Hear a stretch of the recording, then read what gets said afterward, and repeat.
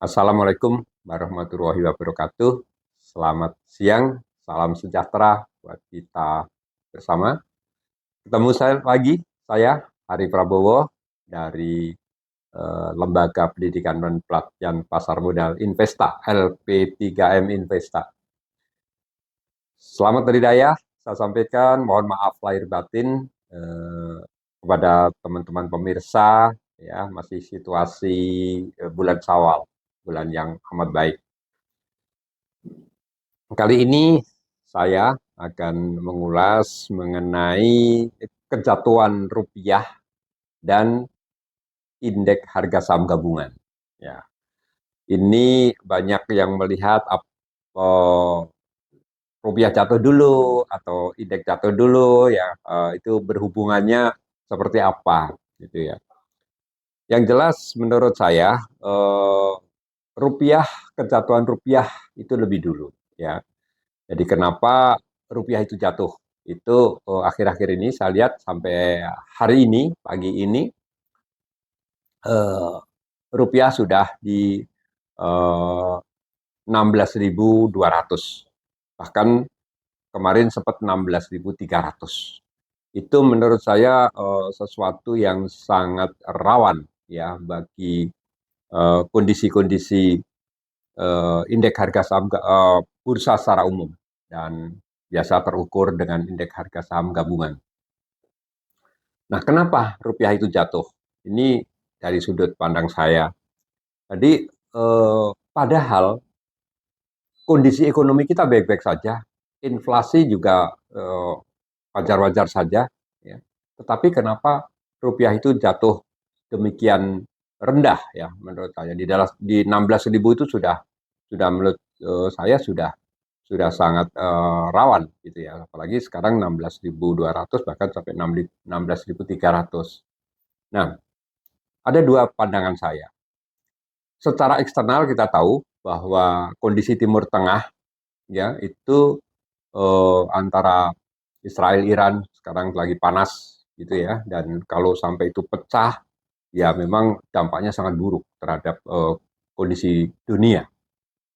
Nah, kita moga-moga sih tidak akan sampai ke sana.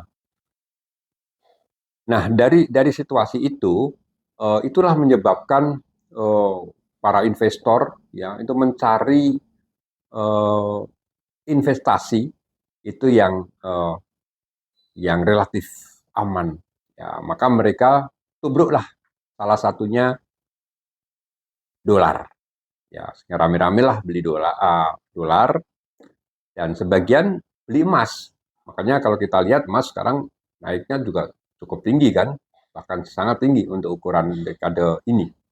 Nah, ada dua hal itu. Jadi mereka tubruk rupiah, tubruk dolar, mereka juga ambil posisi di emas. Ya, jadi sebagian orang atau investor itu melakukan eh, mutasi gitu ya. Dari saham, dari obligasi itu ke dolar maupun ke emas. Itu menurut pandangan saya ya. Nah, ini ya yang mesti kita sikapi bagaimana kejatuhan uh, rupiah itu ya. Nah, di sisi lain di internalnya kita tahu bahwa kita sedang menghadapi situasi politik yang tidak baik-baik saja ya menurut pandangan saya, di mana hasil pemilu masih diuji di MK dan mungkin bahkan akan berujung ke ada yang wacana angket dan sebagainya. Artinya belum selesai pemilu itu, masih ada tahapan-tahapan selanjutnya dari pihak-pihak yang memang belum bisa menerima hasil pemilu itu. Dan itu dalam era demokrasi saya kira wajar. Ya. Nah, dari kondisi itu tentu para investor terutama asing itu mereka akan mencari keamanan dulu sambil melihat situasi di Indonesia. Ya, karena nanti begitu ada keputusan Mahkamah Konstitusi yang kemungkinan hari Senin yang akan datang tanggal 22 April, bagaimana kondisinya? Gitu kan? Bisakah keputusan MK itu diterima oleh banyak pihak. Kalau semua pihak rasanya sih enggak ya, banyak pihak. Dan pasar akan melihat itu. Ya, jadi kalau itu memang dilihat oleh pelaku pasar itu menjadi enjoy begitu, ya itulah yang diharapkan dan mereka kemungkinan akan masuk kembali. Nah ini persiapan dalam saat-saat ini mereka persiapan mengamankan uh, dana mereka tadi. Mungkin ya dijual dulu sahamnya. Kita tahu hubungannya sangat relevan itu bahwa setelah dari bulan uh, Februari ya, Maret, April itu net sell asing sudah demikian gede ya tiap hari itu udah terjadi net sell di saham dan di SBN surat utang negara juga demikian ya sehingga ada capital outflow begitu dia jualan surat berharga di Indonesia mereka kan pasti dimasukin dolar dulu ya dikonversi ke dolar. Nah, dolar akan terdorong lah, dolar naik, rupiahnya akan jatuh. Itu logika berpikir saya. Sehingga disitulah kenapa rupiah sampai tembus 16.200 ya.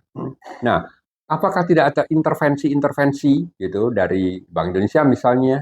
Itu rasanya saya khawatir gitu kalau dengan intervensi-intervensi itu kalau memang kepercayaan gitu atau mungkin investor asing itu masih butuh keamanan itu nggak ada artinya menurut saya ya mereka akan terus menyerang dan mengkonversi ke dolar ya.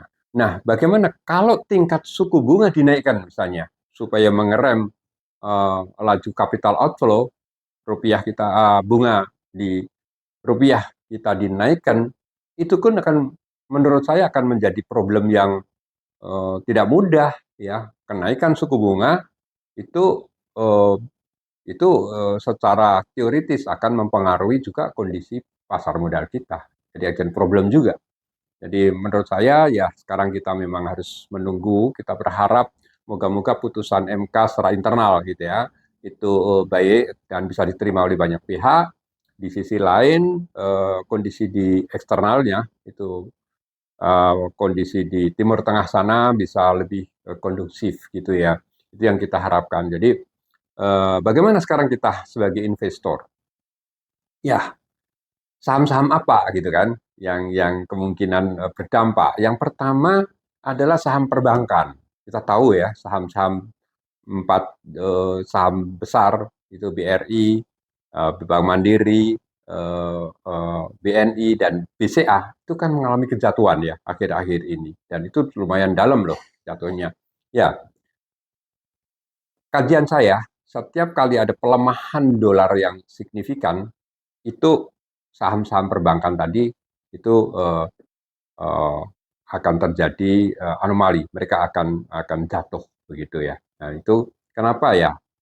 Tadi kemungkinan-kemungkinan yang akan kan selalu bicara kemungkinan ya di pasar saham ini di mana kalau sampai dolar jatuh maka barang-barang import mahal, bahan baku mahal sehingga biaya emiten atau perusahaan-perusahaan kita menjadi tinggi. Jadi kenapa akhirnya potensi kredit macetnya tinggi juga gitu.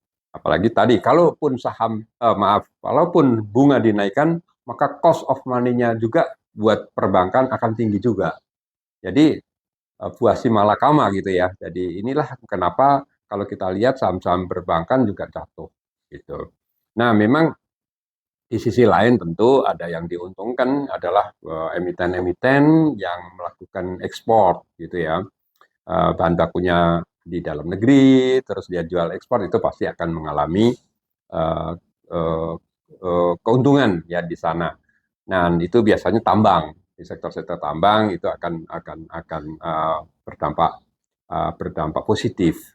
Ya, tetapi memang akhir-akhir ini saya lihat itu kan teoritis semua ya, tetapi memang faktanya itu agak membingungkan memang kadang-kadang memang ada kejatuhan-kejatuhan minyak dan kejatuhan komoditas yang lain gitu ya, yang mestinya secara teoritis itu akan naik gitu. Nah inilah memang akhir-akhir ini saya rasakan kesulitan-kesulitan di dalam menganalisis gitu ya. Kondisi pasar itu jujur itu sangat sulit ya. Mungkin Bapak Ibu investor selaku pelaku pasar juga mengamati bagaimana uh, kondisi pasar terkini ya. Susah sekali kan cari cuan. Bukan tidak bisa, tetapi sulit sekali. Nah, untuk kondisi semacam ini, saya anjurkan Bapak Ibu tetap melakukan ya trading-trading pendek. Trading-trading pendek, karena kita belum tahu jangka panjang menengahnya tuh masih susah diduga. Ya, kalaupun bisa dapat cuan, ya secukupnya, terukur, nggak usah muluk-muluk, ya itu saya kira perlu dilakukan saat-saat ini.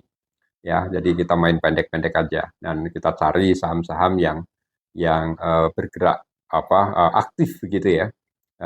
Masih banyak saya kira saham-saham yang layak untuk di tradingkan gitu ya untuk dalam jangka pendek.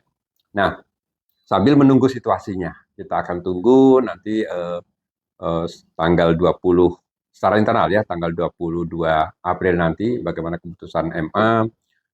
Ya sekali lagi moga-moga bisa diterima oleh banyak pihak dan juga diterima oleh para pelaku pasar ya. Jadi kalau itu memuaskan ya mungkin pasar akan kembali lagi, rupiah dengan sendirinya akan menguat lagi dan indeks harga saham gabungan juga akan kembali recovery untuk menuju yang lebih tinggi ya. Prediksi saya sih kalau kalau semuanya menjadi baik-baik saja mungkin akan menembus sekitar di 7.000 sekarang kan udah ini ya 7.000 ya 500 gitu ya. Itu mungkin akan bisa kita capai dalam beberapa bulan ke depan ya.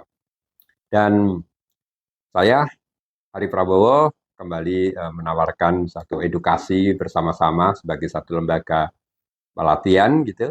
Uh, Silahkan uh, yang ingin belajar dengan memiliki buku tulisan saya yang berjudul Rahasia Harga Saham. Dan begitu Bapak Ibu memiliki buku ini, maka bisa belajar dengan saya setiap saat ya. Dan selalu saya undang di dalam acara-acara kopi petang misalnya atau webinar-webinar ya secara free gitu untuk mendapatkan bekal untuk investasi di bidang pasar modal khususnya saham. Saya Hari Prabowo mengucapkan terima kasih kepada Bapak Ibu sekalian dan bisa menghubungi kami setiap saat di kontak saya 0877 000 85334 dan kami dengan senang hati akan melayani Bapak Ibu. Demikian ulasan kami pagi ini. Terima kasih. Assalamualaikum warahmatullahi wabarakatuh.